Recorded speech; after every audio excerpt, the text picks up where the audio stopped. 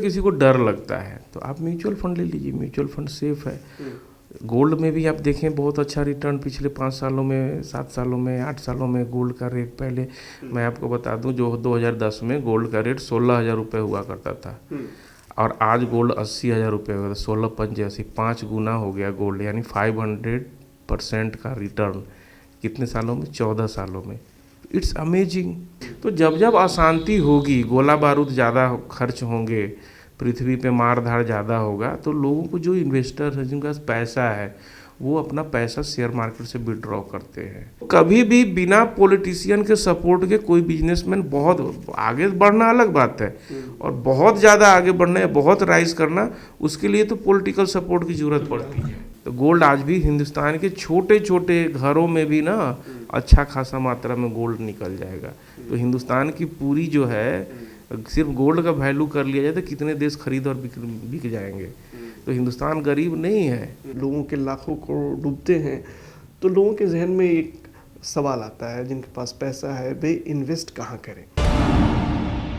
STV news देख रहे हैं आप, मैं हूं अंसारुल हक। आज एक बार फिर शेयर मार्केट में भूचाल देखने को मिला, और ख़ास तौर से कल जब एक खबर आई अडानी समूह के लिए या अडानी के लिए न्यूयॉर्क से, अमेरिका से, उसके बाद से आज का जो मार्केट था वो बुरी तरह से प्रभावित नज़र आया। ख़ास तौर से अडानी और अडानी की कंपनियों में जो इन्वेस्टर्स थे उनके लिए बहुत बुरा दिन रहा आज।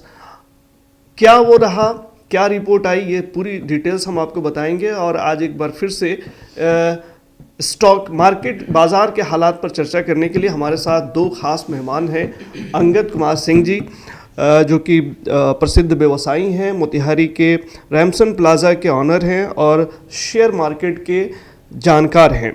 दूसरी तरफ हमारे रवि रंजन जी हैं, ये म्यूचुअल फंड डिस्ट्रीब्यूटर हैं और सेबी से रजिस्टर्ड।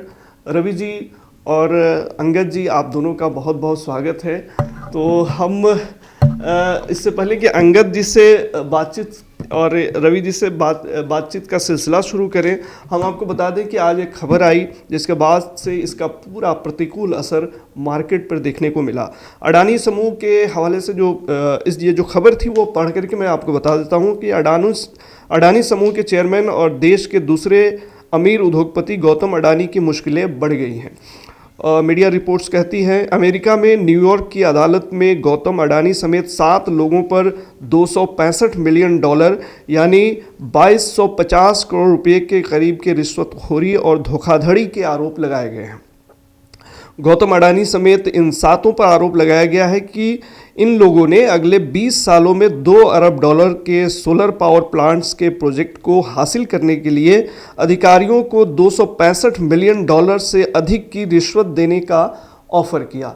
तो न्यूयॉर्क की अदालत के हवाले से ये खबर आई, और इस खबर का असर यह हुआ कि एक बार फिर से हिंडनबर्ग की रिपोर्ट्स के बाद जब जो हालात हुए थे अडानी की कंपनियों के, वही हालात कमोबेश इस खबर के आने के बाद देखने को मिला। बताया गया है कि अडानी की तकरीबन सभी कंपनियां आज लोअर सर्किट से जो है शुरू हुई, हालांकि बाद में थोड़ी रिकवरी भी हुई। ख़ास तौर से अडानी की कंपनियों की अगर बात की जाए तो इनमें अडानी ENT आज 637 पॉइंट नीचे आया, 22% नीचे बंद हुआ यह शेयर। तो 22% का कम होना जो है अपने आप में एक बहुत बड़ा मैसेज है, लाखों करोड़ों का नुकसान है। अडानी पोर्ट भी 175 पॉइंट कम हुआ, 13.5% नीचे आज बंद हुआ। अडानी ग्रीन में भी भारी गिरावट देखने को मिली, 267 पॉइंट नीचे अडानी ग्रीन, यानी कि 18.9% अडानी ग्रीन नीचे आया। तो अडानी की करीब 13 से 15 के लगभग कंपनियां हैं और सभी कंपनियों का आज खस्ता हाल रहा। हम बात कर लेते हैं अंगद जी से इस मुद्दे पर। अंगद जी, आज तो एक बार फिर से जो है अडानी जी पर जो है बम्बार्डमेंट हुआ है अमेरिका से, क्या कहेंगे आप? जी सही बात है, अडानी के ऊपर एलिगेशंस लगे हैं। वहाँ के कोर्ट ने जो है ये कहा है कि इन्होंने सोलर प्रोजेक्ट्स लेने के लिए कुछ ब्राइब का जो है इन्होंने ये किया है, ब्राइबरी मतलब घूस वगैरह देने का ऑफ़र किया है। और इसका नतीजा ये रहा शेयर मार्केट में कि Adani enterprises 22%, Adani green energy, Adani port, Adani Wilmar, Adani power, ACC cement, Ambuja cement, मतलब अदानी जी की जितनी भी कंपनियां हैं सब आज लोअर सर्किट, मतलब मिनिमम 5% का जो लोअर सर्किट होता है सब ने देखा। कुछ ने 10% का लोअर सर्किट देखा, कुछ ने 15% का, कुछ ने 20% का भी लोअर सर्किट देखा। और इस तरह से अदानी के निवेशकों को अच्छा खासा आज नुकसान झेलना पड़ा है। ऐसा क्यों हो जाता है अडानी? क्या ये हवा में पुल बनाया गया है क्या? कि एक हिंडनबर्ग की रिपोर्ट आती है अडानी धड़ाम, एक जो है अमेरिका से खबर आती है अडानी की कंपनियां धड़ाम, क्या है ये? मतलब क्या चल रहा है ये? देखिए, इसमें कुछ पॉलिटिकल एंगल भी है। आप जैसे देखें कि अडानी ग्रुप को जब देश के मुख्य विपक्षी पार्टी के जो मुखिया हैं वो आए दिन एलिगेशंस लगाते रहते हैं तो इससे क्या है कि जो विदेशी ताकतें हैं नेगेटिव, जो चाहती हैं कि हम इंडिया को ये इनके प्रकारेण इनके ग्रोथ को रोके या डिस्टर्ब करे या डाइवर्ट करे, तो उनको जो है एक बहुत बड़ा टूल मिल जाता है। ठीक है, तो एक ये भी कारण है। दूसरा कारण ये है कि जैसे हिंडनबर्ग का आपने नाम लिया, हिंडनबर्ग का क्या है, वो तो खुद शॉर्ट सेलर कंपनी है। उनका पूरी दुनिया में एक ही काम है कि भाई अफवाह झूठ या सही किसी के बड़े आदमी के ऊपर एक हवा उड़ा दो, इंस्टेंट इफेक्ट उसके शेयर के कंपनियों पे पड़ता है, कंपनियों के शेयर पे पड़ता है और वो जो है शेयर गिरने लगता है। आप देखें कि इसका नाम ही क्या है, संवेदी सूचकांक बोला जाता है। ये इतना संवेदनशील होता है शेयर मार्केट कि आप झूठ का भी आप कल टीवी उठा के न्यूज़ उठा के बोल दे कि किसी का भी नाम ले ले, अंबानी जी का आप नाम ले लें कि उन्होंने मेरे साथ धोखा किया, अगर आप उस हैसियत के हैं तो कल उनकी भी गिर जाएगी। तो ये संवेदी सूचकांक है, थोड़ा सा भी छींक हल्का सा भी हवा चलता है ना तो इसको सर्दी लग जाती है, इसीलिए इसको जो है संवेदी सूचकांक बोला जाता है। तो हिंडनबर्ग की आप जो बात कर रहे थे, तो हिंडनबर्ग एक शॉर्ट सेलर कंपनी है जो दुनिया के बड़े बड़े देशों की जो इमर्जिंग मार्केट्स हैं खासकर, उसमें से कुछ जो बड़ी कंपनियां हैं जो काफ़ी भाग चुकी हैं, ये इनके प्रकार उन पे जो है कुछ आरोप लगा दो। जब तक आरोप सिद्ध होगा तब तक तो वो शेयर गिरता रहेगा। शॉर्ट सेलर करते क्या है, एग्जाम्पल के तौर पे मैं बताता हूँ, अडानी ग्रीन एनर्जी का शेयर 4,000 रुपये का था जब हिंडनबर्ग आरोप लगाया, उसके पहले 4,000 रुपये का शेयर था। मेरे आँख के सामने वो 40 रुपये का शेयर हुआ करता था। मतलब मैं बात बहुत पुरानी नहीं कर रहा हूँ, कोरोना 2020 में आया, उससे 2-4-6 महीने पहले की बात है। उसी समय वो कंपनी लिस्ट हुई थी 40 रुपये के आसपास, और 60 पे अचानक चली गई। तो हमने सोचा कि भाई 40 पे फिर आएगा तो ले लेंगे, लेकिन आया नहीं। फिर 60 से 120 गया, हमने सोचा फिर 60 पे आएगा तो लेंगे, हुआ नहीं। और वहाँ से कंपनी भागते भागते विदिन 3 ईयर्स 4,000 के करीब पहुँच गया। हिंडनबर्ग ने उस कंपनी में अपना पहले शॉर्ट सेल किया। शॉर्ट सेल का मतलब यह होता है, मैं आपके दर्शकों को बता दूं, कि सौदा बिना खरीदे ही एडवांस में आप बेच देते हैं। पहले आप बेच देते हैं, आपने खरीद कर नहीं रखा। जैसे जनरली हम क्या करते हैं, मोबाइल मैंने खरीदा, मेरे पास है तो मैं ये बेचूंगा, तो ये तो सिंपल सेलिंग हो गया। शॉर्ट सेलिंग का मतलब ये हो कि आपके पास वो संपत्ति है ही नहीं, आपने बेच दिया। ठीक है, तो कहाँ बेचा, सबसे पीक पे 4,000 पे। अब वो क्या है कि जैसे जैसे गिरेगा आपका मुनाफा उतना बढ़ेगा। जनरल ट्रेडिंग में क्या होता है कि आप 4,000 पे खरीदते हैं तो आप कोशिश मनाते हैं कि भाई 4,000 से 8,000 जाएगा तो मुझे प्रॉफिट होगा। इसको ट्रेडिंग बोलते हैं। शॉर्ट सेलिंग में आप 4,000 पे बेचते हैं तो आप मनाते हैं कि ये 3,000 जाए, 2,000 जाए, जितना नीचे जाएगा उतना मुझे प्रॉफिट होगा। हिंडनबर्ग ने यही किया, शॉर्ट सेलिंग किया 4,000 पे और न्यूज़ को फ्लैश कर दिया, कुछ भी लगा दो आरोप भाई, क्या होगा, खूब हो हल्ला होगा, सरकार एक कमेटी का गठन करेगी, उसमें एसआईटी बनेगा और वो लोग जांच करेंगे, 1 साल बाद रिपोर्ट आएगा, तब तक तो हमारा काम बन जाएगा। और यही हुआ। देखते देखते वो 4,000 रुपये की कंपनी सर 600 रुपये पे आ गई और इन्होंने दबा के लेकिन profit सवाल कमाया। तो ये भी है ना कि अगर मान के चलिए हिंडनबर्ग जैसी कंपनी है, अगर ये कुछ कहती है तो इसका कुछ न कुछ तो बैकग्राउंड होगा हिंडनबर्ग का, उसकी रिपोर्ट्स की कुछ न कुछ विश्वसनीयता होगी, तभी जो है इतना बड़ा इफेक्ट हुआ। नहीं तो इतना बड़ा इफेक्ट आम आदमी अगर कोई कह दे या आम कोई भी कंपनी इस तरह से आक्षेप लगा दे तो ऐसा तो नहीं होना चाहिए, क्योंकि मामला लाखों अरबों का है। जी, आप बताइए, हिंडनबर्ग जैसी कंपनी ने जो आरोप लगाया क्या निकला? इवन सुप्रीम कोर्ट ने क्लीन चिट दे दिया कि हिंडनबर्ग का जो भी आरोप था वो निराधार था। सेबी ने दे दिया, एसआईटी ने दे दिया, गवर्नमेंट ने संसद के अंदर रिपोर्ट सबमिट कर दिया कि जो भी आरोप हिंडनबर्ग ने लगाया था वो बेतुका बेबुनियादी था, उसमें कहीं भी दम नहीं था जो आरोप को सिद्ध कर सके। वापस क्या हुआ, जो अडानी जी का शेयर गिरा, वापस उठ गया। ठीक है, हालांकि उस लेवल तक नहीं पहुंचा, लेकिन शेयर तो राइज तो किया। 4,000 रुपये, एग्जाम्पल बता रहा हूँ, 4,000 रुपये का शेयर जो 600 रुपये पे आ गया था, अडानी ग्रीन एनर्जी का शेयर, वो 600 से बढ़ के फिर 2,500 पे चला गया। तो ये होता है, आरोप प्रत्यारोप चलते हैं। और आप जैसे कह रहे हैं कि हिंडनबर्ग जैसी कंपनी, हिंडनबर्ग जैसी को जैसी किसने बनाया भाई? वो अपना सारा खर्चा जो है मीडिया हाइप पे करते हैं कि एक ऐसी कंपनी मैंने बनाई है कि जो मैं कुछ बोलूँगा तो तुरंत उस पर इफेक्ट आ जाएगा। तो उसके लिए मीडिया को पहले मैनेज करो, अपने आप को फोरकास्ट करो।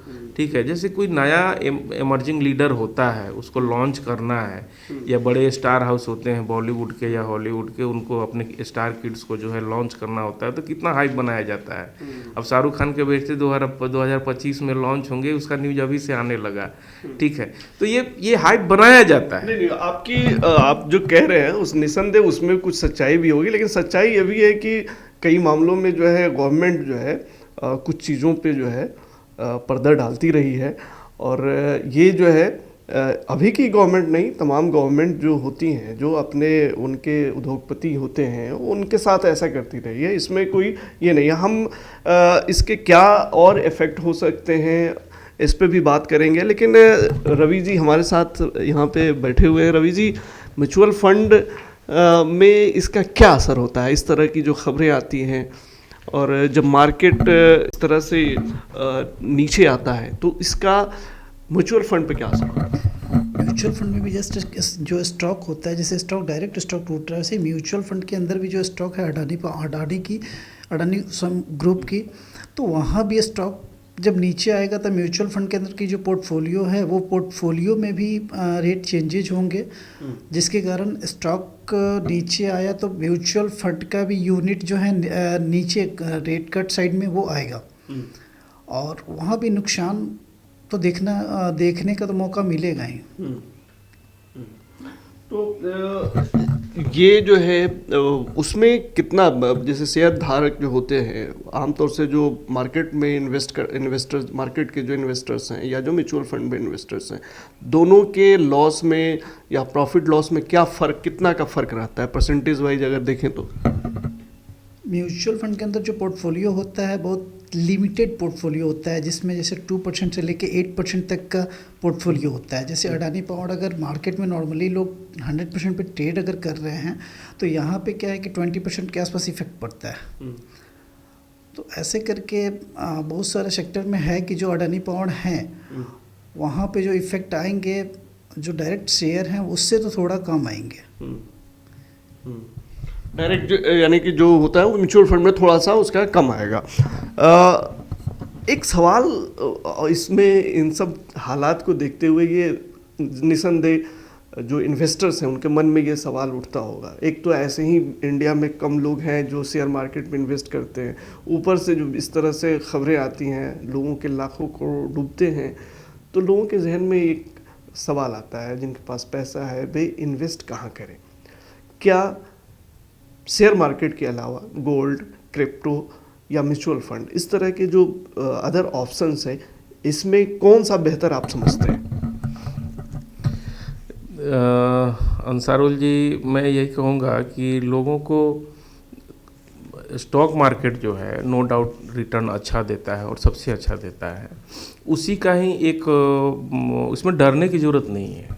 उतार चढ़ाव तो आते रहते हैं। जैसे मैं खुद मार्केट में हूँ, आज मेरे पास भी अडानी पावर के शेयर हैं और भी कंपनियों के शेयर हैं। आज गिरा तो मेरे पे क्या, मेरे सेहत तो कोई फ़र्क पड़ा? कोई फ़र्क नहीं। कल मैं जानता हूँ कल फिर वो कंपनियाँ अच्छी हैं तो वो कल राइज करेंगी, इसमें तो चिंता की कोई बात ही नहीं है। लेकिन फिर भी अगर किसी को डर लगता है तो आप म्यूचुअल फंड ले लीजिए। म्यूचुअल फंड सेफ है। गोल्ड में भी आप देखें बहुत अच्छा रिटर्न पिछले 5 सालों में, 7 सालों में, 8 सालों में गोल्ड का रेट, पहले मैं आपको बता दूं जो 2010 में गोल्ड का रेट 16,000 रुपये हुआ करता था और आज गोल्ड 80,000 रुपये हुआ था। 16 5 गुना हो गया गोल्ड, यानी 500% का रिटर्न कितने सालों में? 14 सालों में। It's amazing. क्यों है? दुनिया में जब जब अशांति फैलेगी, शांति नहीं अशांति, यानी कि भय का माहौल, उठा पटक, अराजकता, लड़ाई, गोला बारूद, बम, ये सब चलेंगे तो सोना का रेट भागेगा। ठीक है, लेकिन मैं लोगों उस हिसाब से तो अभी देखा जाए जिस तरह से यूक्रेन रसिया युद्ध चल रहा है, न्यूक्लियर अटैक की बात हो रही है, या फिर जो है इजराइल फिलिस्तीन का जंग चल रहा है, ईरान के बीच तनाव बढ़ा हुआ है, तो इन सब सिचुएशंस को देखते हुए अभी तो सबसे बेस्ट ऑप्शन गोल्ड नज़र आता है। बिल्कुल। और गोल्ड के पिछले 4 साल में गोल्ड का रेट डबल हो गया है, लगभग 5 साल से कम ही समय में डबल हो गया है। उसका सबसे बड़ा कारण ये है कि 3 साल से तो रसिया और यूक्रेन का युद्ध, हम सिर्फ रसिया यूक्रेन उसको नहीं समझें। यूक्रेन का मतलब G20 के सारे देश, लगभग 45-47 देश हैं, नेटो, G20 में बोल रहा हूँ, सॉरी, नेटो के लगभग 45 कंट्रीज मिल के वो यूक्रेन के साथ है ना। अभी तो नहीं, अभी तो उसी में तो शामिल होने की बात हो रही थी यूक्रेन की, लेकिन अभी शामिल नहीं है। लेकिन वो इसलिए नेटो वाले तो इसको सपोर्ट कर रहे हैं ना, यूक्रेन को सपोर्ट कर रहे हैं। अमेरिका की मिसाइल से ही तो परसों रात को अटैक किया है, जिसके बाद से ये डर लगने लगा है कि अब रिटेलिएशन में कहीं रसिया जो है परमाणु अटैक न कर दे। तो फर्स्ट टाइम अमेरिका का दिया हुआ मिसाइल उसने यूज किया है, जिससे तबाही ज़्यादा हुई है। तो यूक्रेन में पावर क्या है? यूक्रेन के पास तो कुछ है ही नहीं।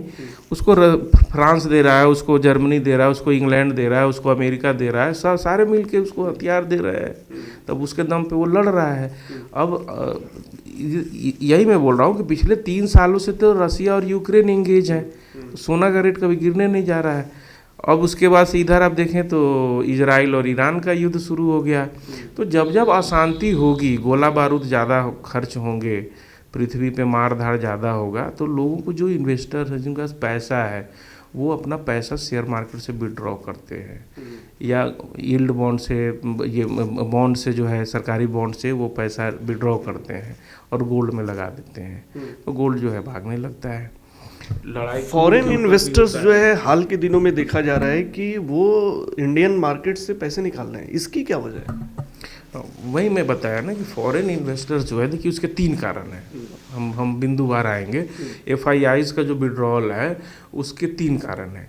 पहला एक कारण था कि अमेरिका में इलेक्शंस चल रहे थे, तो क्लियर नहीं था कि कमला हैरिस जीतेंगी कि ट्रंप जीतेंगे। तो जब भी डिलेमा का सिचुएशन होता है ना, तो जो बड़े फंड हाउस होते हैं वो सेफ साइड में आ जाते हैं कि सपोज करिए कि मैंने 100 करोड़ रुपए लगा रखे हैं, तो मैं 50 करोड़ विड्रॉ करके बैठ जाऊंगा। वो 100% कोई नहीं निकालता है।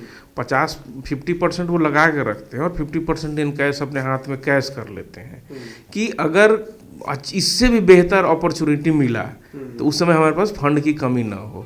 तो इस पहला कारण ये था अमेरिका के इलेक्शन। दूसरा कारण था इंडिया का। अभी आप देखें तो Q2 का रिजल्ट आ रहा है, ठीक है, तो Q2 का रिजल्ट जो है वो भी मायने रखता है कि कंपनियों का फोरकास्टिंग कैसा है, तो ये भी उनको वॉच करना था। और तीसरा कारण यह भी था कि जैसे जो छोटे छोटे जो युद्ध जो हम बता रहे हैं, उस पर अगर मान लीजिए ट्रंप आते हैं या कमला हैरिस, दोनों ही नए चेहरे हैं, बाइडन तो चले गए, तो कमला हैरिस हो या ट्रंप हो, इन दोनों का क्या नीति है पूरी दुनिया देखती है कि ये मिडिल ईस्ट की जो कंपनी है, जो ओपेक समूह है, oil producing and export countries जो है, सारा युद्ध तो इन्हीं के चलते है कि कौन मेरे पाले में ज़्यादा आ जाए, कौन मेरे पाले में ज़्यादा आ जाए। तो इसको ये दोनों मेरे नेता कैसे हैंडल करते हैं, चाइना को कैसे काउंटर करते हैं। एक बहुत इंटरेस्टिंग यहाँ पे हम सवाल आपसे ये कर लेना चाहते हैं कि जिस तरह से ये कहा जाता है कि अडानी और मोदी जी है ना, दोनों का एक लिंकअप लोग जो है जोड़ते रहे हैं और कहीं ना कहीं उसकी कुछ सच्चाई भी होगी।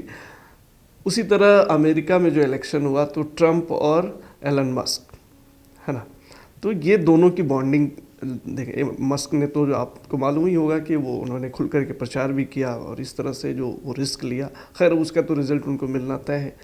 क्या अडानी की के ऊपर जो इस तरह का वहाँ से खबरें आई हैं, कुछ जो पॉलिसीज चेंज होती है हाई लेवल पे, कुछ इसमें उसमें भी बू आती है क्या कि एलन मस्क को फ़ायदा पहुँचाने के लिए तो कहीं इस तरह की कुछ चीज़ें जो है नहीं आ रही हैं?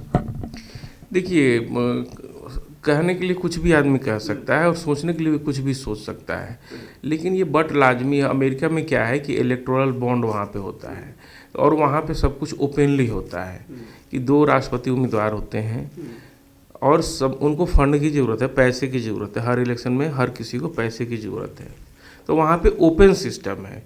गूगल किसको सपोर्ट कर, किसको पेमेंट पैसा दे रही है, सपोर्ट करना यानी पैसा देना। उसी तरह माइक्रोसॉफ्ट है, उसी तरह एप्पल है, उसी तरह आपका ये एलन मस्क हो गए, ये लोग ओपनली जो है, वहाँ तो बाई पार्टी सिस्टम है, दो ही पार्टियाँ होती है, 2 ही कैंडिडेट होते हैं। आप जिसको मन उसको आप इलेक्टोरल बॉन्ड के थ्रू आप उनको चंदा देते हैं, मदद करते हैं। उसी चीज़ को इंडिया में जो है लाने की कोशिश हुई कि भाई कहीं भी ये इलेक्शन होगा, कहीं भी राजनीति होगी, चुनाव होंगे तो पैसे चाहिए। तो भाई हम लोग जो है चुपके देते हैं सारे लोग, कोई छोटा बिजनेसमैन हो या बड़ा बिजनेसमैन हो। छोटा बिजनेसमैन भी है तो छोटे लेवल पे अपने कुछ विधायक लोगों को, कुछ सांसद के जो कैंडिडेट होते हैं उन लोगों को भी लोग बना के रखते हैं कि भाई अगर ये पावर में आ जाए तो मेरा एक ये गुड रिलेशन बना रहे, कहीं कोई ज़रूरत ना आ जाए। तो ये तो बट ऑब्वियस, ये तो शुरू से चला आ रहा है। अब फॉर एग्जांपल मैं आपको बता दूं, आज आप देखिए गुड़गांव में बोला जाता है कि आधा गुड़गांव डीएलएफ का है और डीएलएफ चमका भी, डीएलएफ को कोई जानता नहीं था, डीएलएफ चमका भी है तो गुड़गांव की वजह से। आज देश की सबसे बड़ी infrastructure company, real estate company है डीएलएफ। आज से 40 साल पहले डीएलएफ को खड़ा किया था केपी सिंह ने, कुशल पाल सिंह ने। 40 साल पहले जब राजीव गांधी प्रधानमंत्री बने थे 1984 में, तो उस समय राजीव गांधी का एक विजन था, वो जब विदेश जाते थे और आते थे, कि दिल्ली हमारी राजधानी है तो इसके अगल बगल में ना एक बढ़िया हम टाउनशिप तैयार करें। और उसके लिए उन्होंने कुशल पाल सिंह को बुलाया, मीटिंग करी और उनको पूरा सपोर्ट दिया कि दिल्ली के बगल में आप गुड़गांव को जो है डेवलप करिए, लैंड जो उस हर तरह से मदद किया। तब आज डीएलएफ जो है गुड़गांव को खड़ा कर पाई। तो आप इसके चलते राजीव गांधी को दोषी तो नहीं ठहरा सकते या गलत तो नहीं कर सकते, उनका विजन सही था। तो कभी भी बिना पॉलिटिशियन के सपोर्ट के कोई बिजनेसमैन बहुत आगे बढ़ना अलग बात है, और बहुत ज़्यादा आगे बढ़ना है, बहुत राइज करना, उसके लिए तो पॉलिटिकल सपोर्ट की ज़रूरत पड़ती है। तो इस मामले में अगर कुछ सच्चाई होगी तो ट्रंप के जो समर्थक भारतीय थे, अगर उनका कहीं अडानी जी के चक्कर में लॉस हुआ होगा तो वो भरी गरिया रहे होंगे लोगों को। नहीं, ऐसा नहीं है। देखिए, मुझे नहीं लगता है, देखिए कहने के लिए आदमी कुछ भी कह ले, कहानी तो किसी की भी बन सकती है, कुछ भी बन सकती है, लेकिन आपको तथ्यों को जोड़ना होता है, पॉइंट्स को बिंदुवार जोड़ना होता है। आप देखें तो एलन मस्क का जो फील्ड है काम करने का और जो अडानी जी का काम करने का फील्ड है, दोनों एक दूसरे को काउंटर नहीं करते हैं। उनका फील्ड अलग है, उनका फील्ड टेक्नोलॉजी, स्पेस, रिसर्च, इस पे है एलन मस्क का। वो स्पेस टेक्नोलॉजी हो गया, या गाड़ी भी बनाते हैं तो टेक्नोलॉजी बेस्ड। वो दरवाज़ा बटन दाबे, दरवाज़ा खुल गया, एक बटन दाबा, ये हो गया, वो हो गया, जो जैसा हम लोग फिल्मों में देखते हैं। तो उनका पूरा का पूरा काम जो है वो टेक्नोलॉजी बेस्ड है, ठीक है। और इनका जो काम है ये काम बिल्कुल पारंपरिक तरीके से बिजली बनाना, कोयला से भी बिजली बनाते हैं, पन बिजली भी बनाते हैं, सोलर प्लेट्स भी लगा के बिजली बनाते हैं, सीमेंट बनाते हैं, फॉर्चून का रिफाइन बनाते हैं, आटा बनाते हैं, एफएमसीजी में है। तो दोनों का जब बिजनेस क्षेत्र अलग है तो मुझे नहीं लगता कि कहीं से जो है टकराव होने की संभावना दिखती है, मुझे नहीं लगता है। हालांकि कहानी बनाने के लिए कुछ भी बना ले, किसी के बारे में बना ले, लेकिन आप तथ्यों को जब जोड़ के देखेंगे ना तो आपको अगर मान ली कि कल ही को कोई कहानी बन जाए कि अंगद ने अंसारुल को जो है बहुत बुरा भला कहा, तो भाई उसके पीछे कुछ कारण होगा ना। तथ्यों को हम जोड़ेंगे ना, क्यों कहा अंगद ने, अंसारुल तो ना पटीदार है कि मेरा ज़मीन आप हड़प लिया हो, हम क्यों गाली देंगे। ना हम दोनों एक कंपनी में काम करते हो, आप मेरे बॉस हो कि आपने मुझे प्रमोशन नहीं दिया तो मैं गाली दे रहा हूँ। हम दोनों बिजनेस भी नहीं करते हैं, लेन देन भी नहीं करते हैं कि आपने मेरे पैसे रख लिए तो मैं गाली दूँ। तो ऐसे ही कैसे मैं कोई मान लेगा कि भाई मैं गाली क्यों दूंगा। तो कहानी कुछ भी बनाने के लिए बना के परोस दो, लेकिन जो चतुर व्यक्ति हैं, जो बुद्धिमान हैं, जो क्लेवर हैं, वो तो तथ्यों को मिलाएंगे ना कि भाई बात में सच्चाई क्या है। ऐसे ही कहने से थोड़े ना हो जाएगा। बात सही है। और सच्चाई क्या है यह तो अब आने वाला वक्त बताएगा। हालांकि अडानी जी ने डिनाई किया है कि इस तरह की कोई बात नहीं हुई है, लेकिन एक बड़ा मामला उनके ऊपर आ गया है कि धोखाधड़ी और रिश्वत देने का। तो अब इसको जो है यहाँ पे किस रूप में इंडिया में लिया जा रहा है ये देखने वाली बात होगी, लेकिन फ़िलहाल तो इस रूप में ज़रूर लिया गया है कि एक ट्रस्ट जो होता है, एक विश्वास जो होता है किसी भी उद्योगपति के लिए, वो खोता हुआ नज़र आया। हालांकि आज जो है जो इन्वेस्टर्स हैं निसंदेह उनके बहुत निराशा हुई होगी। लोग जो है लाखों अरबों गंवा चुके होंगे। रवि जी, हम आपसे ये समझना चाह रहे हैं कि जैसे आम तौर से जैसे अंगद जी बता रहे हैं कि जैसे युद्ध का समय होता है तो उसमें गोल्ड के रेट जो है बढ़ जाते हैं। तो ऐसे जब सिचुएशंस होते हैं, जैसे लाइक युद्ध हुआ या अमेरिका में गवर्नमेंट बदलने वाली है, तो इन सब चीज़ों का म्यूचुअल फंड पे क्या असर होता है? जैसे गोल्ड पे क्या है कि भैया बोले गोल्ड पे, तो जैसे गोल्ड का फिजिकल गोल्ड भी और डिजिटल गोल्ड भी है, पेपर गोल्ड है। तो जैसे पेपर गोल्ड में म्यूचुअल फंड में भी पेपर गोल्ड है। तो हम लोग गोल्ड में इन्वेस्टमेंट जो है कि करें, जैसे हम लोग पेपर गोल्ड भी हम लोग लेने का प्रयास करें SIP के थ्रू। जैसे रिसोर्स एंड एनर्जी फंड आता है जिसमें अडानी ग्रुप सोलर में अच्छा काम जैसे कर रही थी। अभी जितना जैसे अब भी जो भी प्रॉब्लम आया है, अब भी उसका प्रॉब्लम आने से क्या है कि रेट साइड जो है कि कट हुआ है फ़िलहाल, जो देखने में जो अभी करंट जो बाज़ार में जो आज नज़र आया है। तो इस पे क्या है कि म्यूचुअल फंड के थ्रू भी हम लोग एनर्जी सेक्टर में हम लोग इन्वेस्टमेंट कर रहे हैं, रिसोर्स एंड एनर्जी या फिर इन सब वन टाइम हो या फिर SIP हो, इन सब के थ्रू हम लोग क्या है कि लॉन्ग टर्म थीम और शॉर्ट टर्म थीम से बहुत ये नहीं है। हम लोग तो लॉन्ग टर्म थीम देख करके हम लोग इन्वेस्टमेंट करवा रहे हैं।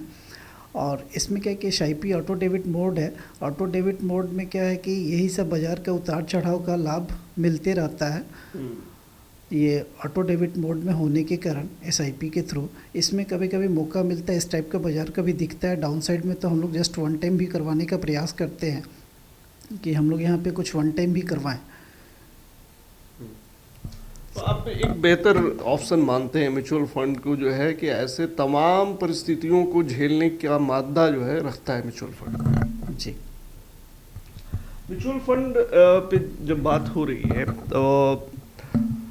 तो इतने सारे लोग जो इन्वेस्ट कर रहे हैं शेयर मार्केट में, तो सब तो जो है शेयर मार्केट में इन्वेस्ट करने के बजाय म्यूचुअल फंड में, यहाँ पे तो बिल्कुल रिस्क जो है बहुत कम है।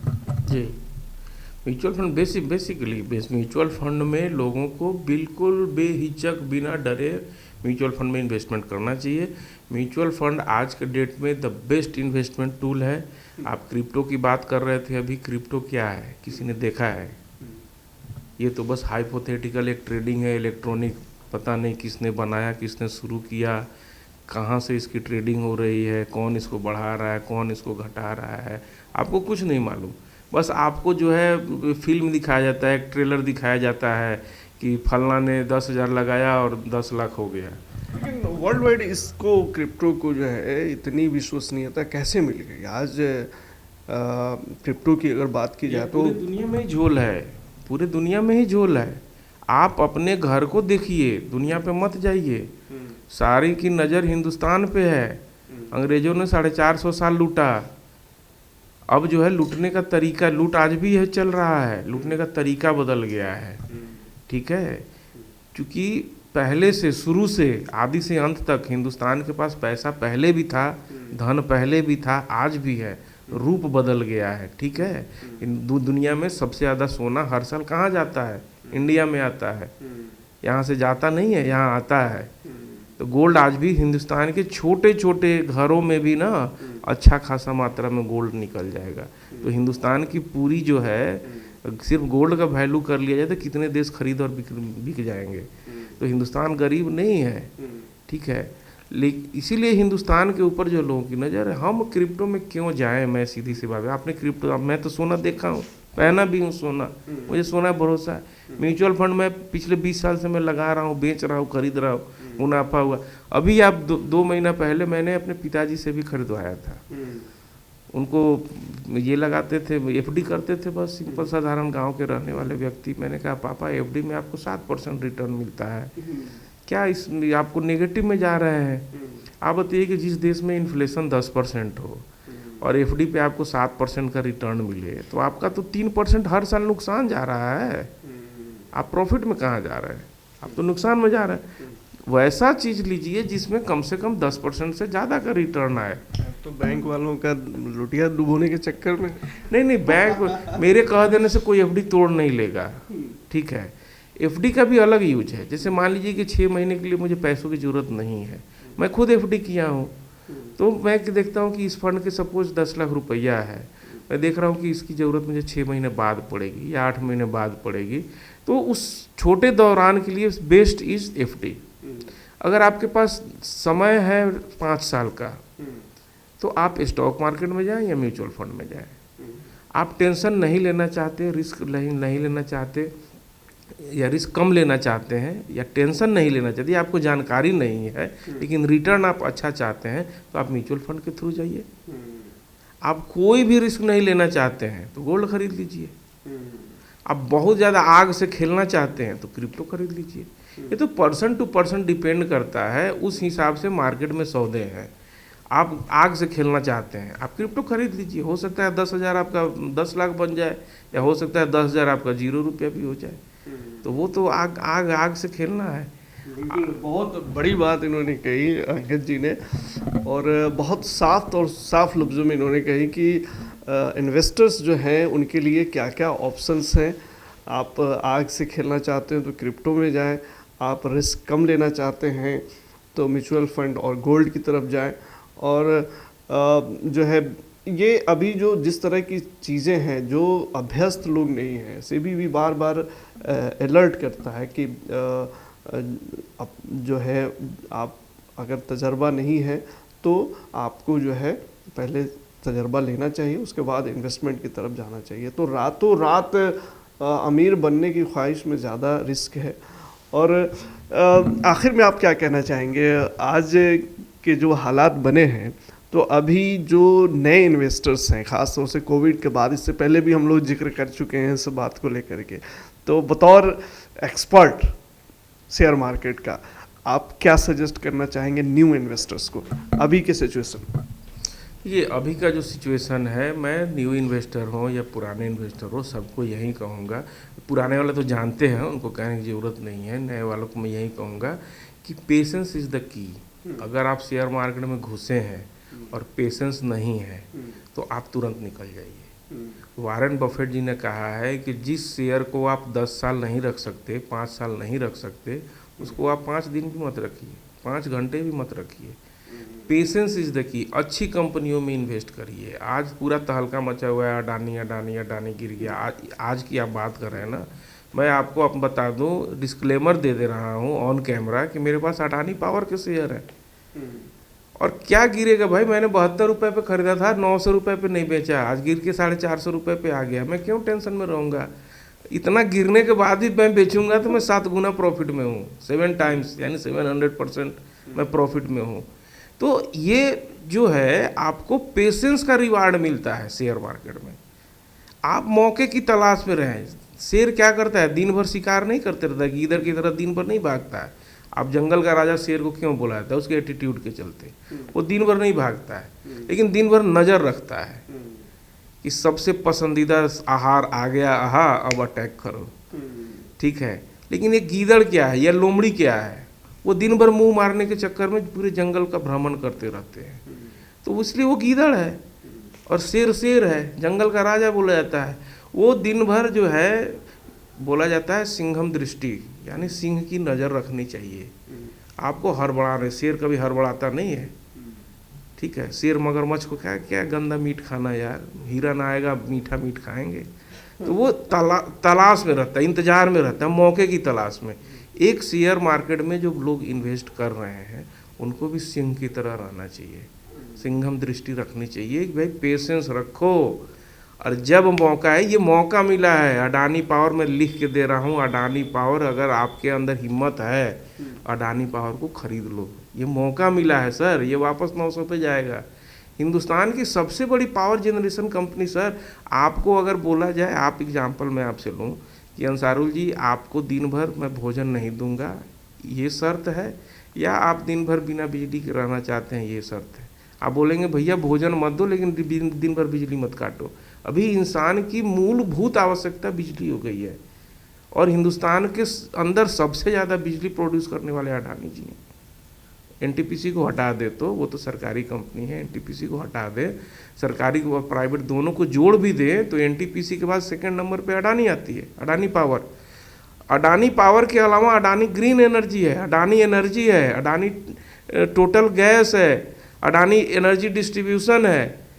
एनर्जी सेक्टर में सिर्फ इतने 5-5 कंपनियां हैं अडानी की। तो अभी तो बेस्ट मौका मिला है, खरीद लो। ऐसे एलिगेशंस तो आते जाते रहेंगे यार, 1 महीना बाद क्लीन चिट मिलेगा तब माता, अरे यार इतना अच्छा मौका मिला था, 450 रुपये पे 600 पे चला गया, मैं काश खरीद लिया होता। सही बात है। फिलहाल तो मोदी जी हैं तो मुमकिन है ही। नहीं देखिए, मैं वैसे नहीं कहूँगा, मोदी जी का और अडानी के ठीक है, लोग बोलते हैं कि दोनों का जो एक दूसरे को सपोर्ट करते हैं, जो तो मैं कहता हूँ कि भाई हिंदुस्तान में कोई ऐसा नेता बता दे कि उसको पैसे की ज़रूरत नहीं है चुनाव लड़ने के लिए। एक तो मुखिया का इलेक्शन हम लोग गांव में देख रहे हैं, तो 1 करोड़ रुपया मुखिया जी लोग लगा दे रहा है, तो वो लोग भी कहाँ से लाते हैं भाई। उनके भी 5 ऐसे मित्र होंगे जो 5-5 लाख दे दिए। इलेक्शन में तो पैसे की ज़रूरत है। नहीं, लॉजिकली अगर थोड़ा सा ये इस पर भी अगर चर्चा की जाए कि एक रिपोर्ट आई है, उस पर हम जो इन्वेस्टर हैं उनको जो है, उन पॉलिटिक्स अपनी जगह पे है, लेकिन वो उनके लिए एक ये भी सेफ साइड हो सकता है कि गवर्नमेंट फेवर में है, और गवर्नमेंट जो है कहीं ना कहीं जो है वो इन विपरीत परिस्थितियों से जो इन्वेस्टर्स हैं या अडानी है उनको निकालने की क्षमता रखी। देखिए, मैं आपको तथ्यों के साथ इसका जवाब देता हूँ। अभी इसके पहले भी मैंने आपको बोला था, तो मैंने ये बोला था कि कोई किसी के बारे में कुछ भी न्यूज फैला सकता है, कहानी गढ़ सकता है, लेकिन वाइज क्लेवर आदमी वो होता है, राइज भी वही करता है जो तथ्यों को जोड़ना जानता है। ठीक है, मैं तथ्य को फिर से एक बार बता रहा हूँ यहाँ पे अडानी जी के संदर्भ में। आप अडानी इंटरप्राइजेज का शेयर का हिस्ट्री देख लीजिए।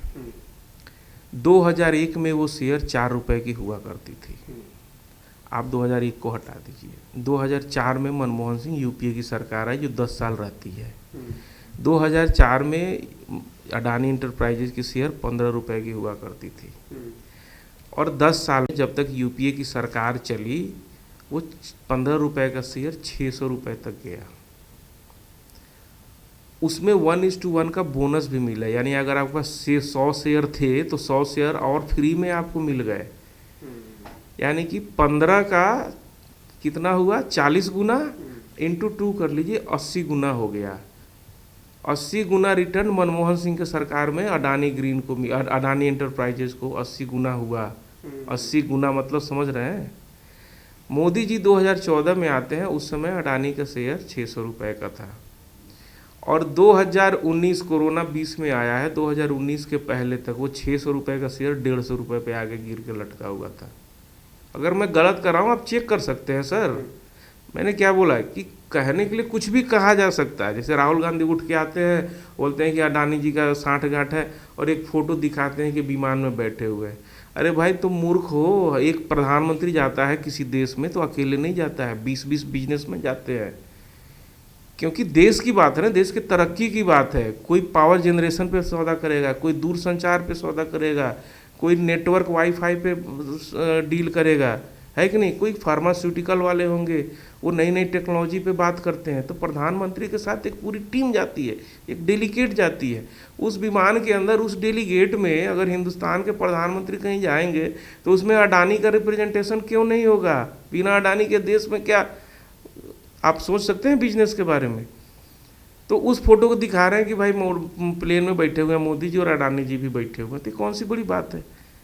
तो उस दम पे जो है आप एलिगेशन लगा रहे हैं, लेकिन मैं लोगों को बोल रहा हूँ कि आप अपना दिमाग लगाए। कोई आपको कुछ कह रहा है उसके पे मत जाइए, अपना दिमाग लगे। जो मैं आपको बता रहा हूँ, 15 रुपये का शेयर आप चेक करेंगे 2004 में जब मनमोहन सिंह की सरकार आई, 15 रुपये के शेयर थे अडानी एंटरप्राइजेज और 600 तक गई। 1:1 का बोनस दिया, यानी 100 से एक शेयर पे एक शेयर फ्री, और तब 600 पे गई। और जब मोदी जी आते हैं 2014 में, 600 का शेयर 2019 में जो है 150 रुपये पे आ गया। कहाँ गए मोदी जी की दोस्ती? तथ्य तो कुछ और बोलते हैं और न्यूज में जो है कुछ और मसाला दिया जा रहा है कि अडानी मोदी की दोस्ती से अडानी जो है खरबपति बन गए। आप तथ्य उठा के देखिए, अडानी जी ने डिलीवर किया है सर। दूसरी चीज़ मैं बता दूं, आप स्टेटमेंट देख लेंगे, आंकड़े जारी करते हैं लोग कि 14 के बाद जो है अडानी ग्रुप्स के शेयर में जो इस तरह के उछाल आए हैं, वो किस बेस पे लोग करते हैं? सर देखिए, वही आंकड़ा तो मैं बता रहा हूँ। आप अडानी एंटरप्राइजेज का चार्ट खोलिए, 2014 के मई में जब चुनाव चल रहा था, चुनाव से पहले की बात है, अप्रैल मई के समय में वो 600 रुपये का शेयर हुआ करता था सर, हाई बनाया था 600 का। वहाँ से तो उसको 6000 हो जाना चाहिए, कहाँ 6000 हुआ?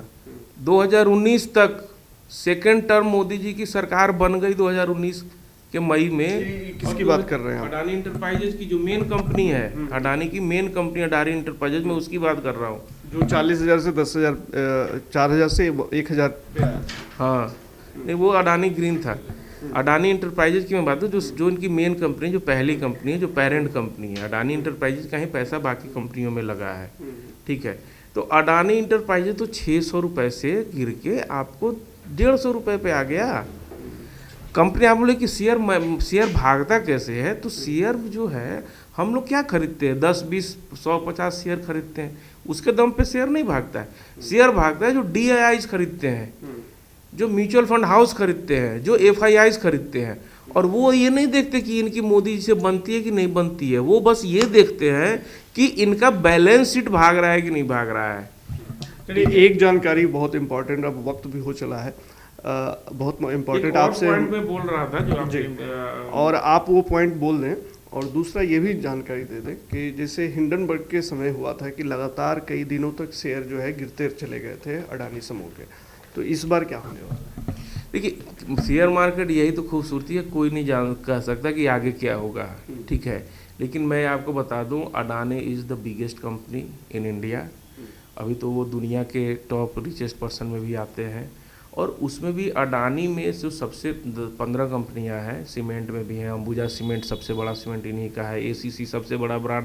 आपको भी घर बनाना होगा तो आप बोलेंगे कि छत तो हम ACC से ही डलवाएंगे, तो ये ट्रस्ट होता है, तो वो भी तो अडानी की है, तो ये ट्रस्ट होता है।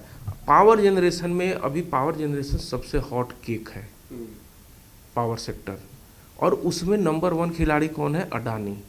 तो आप अडानी पावर में, मैं इसमें अपॉर्चुनिटी देख रहा हूँ सर, मैं अपॉर्चुनिटी देख रहा हूँ कि एक 900 रुपये का शेयर अडानी पावर इसी साल हुआ करता था, इसी साल 6 महीना पहले 900 रुपये का, और अभी 450 रुपये में मिल रहा है। तो 900 का सामान 450 में मिल रहा है, अब इसमें खुश होइए ना भाई कि चलो हम ले लूँ, उस समय हम नहीं ले पाए, अब ले लेते हैं। ये एक दिन 450 का शेयर 4,500 रुपये जाएगा, आराम से जाएगा। आप इसका EPS देखें, आप इसका PE देखें, जो इस सेक्टर का PE है उससे भी कम है इस कंपनी का PE। अडानी, मैं पावर की बात कर रहा हूँ, अडानी पावर का पी जो है उसके सेक्टर से कम है, यानी कि अभी तो ये लो वैल्यूएशन है।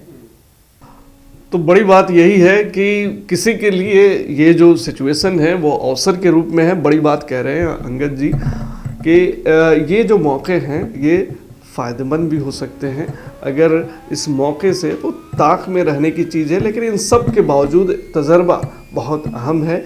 आपको अगर शेयर मार्केट का तजर्बा नहीं है तो आपको दूर रहना चाहिए। आपके लिए म्यूचुअल फंड, गोल्ड, ऐसे बहुत सारे ऑप्शन हैं जहां पे आप इन्वेस्ट कर सकते हैं। लेकिन शेयर मार्केट में पेशेंस बहुत ज़रूरी है और इसके साथ साथ तजर्बे की भी बहुत ज़रूरत है। बहुत बहुत शुक्रिया रवि जी STV न्यूज़ के इस डिबेट पैनल में शामिल होने के लिए।